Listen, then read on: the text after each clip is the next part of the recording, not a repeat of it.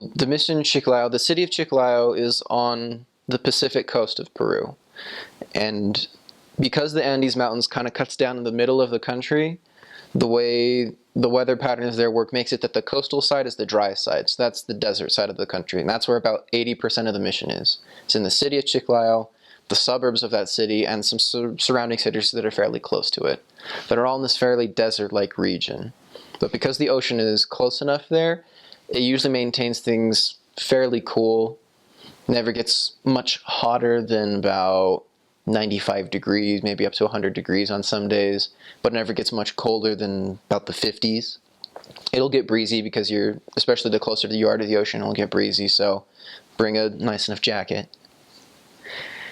And that's about 80% of the mission, but as you go farther out towards the east, there are some areas that are in the mountains. One is called Cajamarca.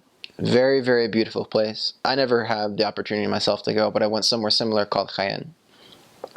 And those regions will be much colder when you're up in the mountains, or if you're in Jaén and some of the more getting towards the jungle side, it will get very, very hot.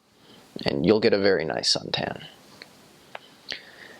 That's the general geography of the mission. The majority of it in by the coast, around the city of Chiclayo, and then less and less as it expands outward.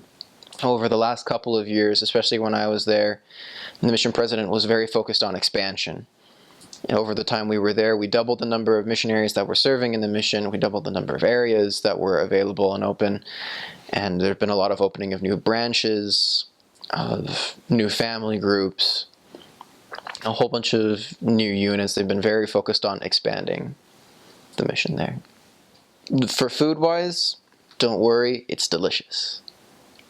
But get used to a lot of rice, because that's something that a lot of missionaries there, especially that come from North America, they're used to more of a wheat grains-based diet, eating lots of bread. It's not going to happen so much in Peru, because the grain that gets cultivated there a lot more is rice. And so every meal, even sometimes for breakfast, for lunch, and for dinner, rice will be a part of that meal. Especially if a family you're visiting is somewhat poorer or not as well economically advantaged, they might serve you just a plate of rice, and that'll be what's there on your plate. So try some if you can. You'll get used to it, and it's pretty good. Because Chiclayo is in a region that's very close to the ocean, there's a lot of seafood there, and it is delicious. Lots of different, very fresh types of fish, rays. There's one of the favorite plates that I love to get there. It was called La Tortilla de Rey. No, La Tortilla de Raya, that's what it was called, which is essentially an omelet, but made with the meat of a manta ray, and it is really, really good. It's a fairly common dish around the more coastal regions.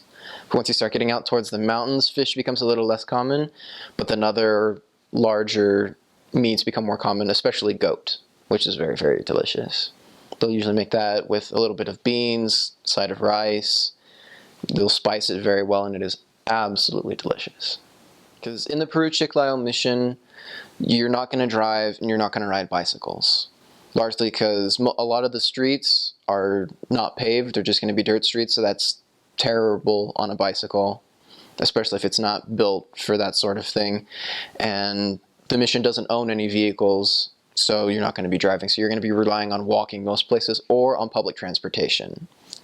And when it comes to public transportation, you usually have a handful of options. If you're going semi-short distance, like from wherever you are in your area, apparently you have an appointment that would be a half-hour walk away from where you are. If you want to get there quickly, you can call a Mototaxi, which is essentially a motorcycle that the back half of it has been cut off, replaced with two other wheels, and then it has a board essentially sitting on top of it and has a nice enclosure in it that keeps it all in there.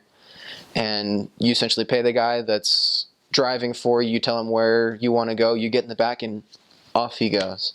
And you're just sitting in the back almost chariot style, and it's a lot of fun. But it can be very hectic because traffic regulations are not as strict as they are here, and so he's going to go wherever he needs to go in order to get you where you're going quickly. So be ready to get a little bumped around, but they're never going to take any risk that's going to threaten your life. It's going to be a new feeling, not having a seatbelt, not being in a completely enclosed space, and going very, very quickly. But then going a little bit beyond that, usually when you have to travel between towns, you can either get a taxi, which is more expensive, but generally tends to be a little bit faster and a little bit safer. Or you can take another public transportation, which is essentially a big old 15-passenger van. It's called a Combi. And they'll pack these 15-passenger vans with about 20 or more people in them, so sometimes it can be a little bit of a cramped space, but they tend to be less expensive, and they will follow a certain route, and so depending on where your area is, where you are, you'll know whether or not you have to be taking them or how often. And they also tend to be very safe, but they can be a little uncomfortable, especially if you're very tall, because most of the vehicles are designed for people that are about in the upper 5-foot region, so you might be a little bit cramped up in there. But it's something that'll be getting used to.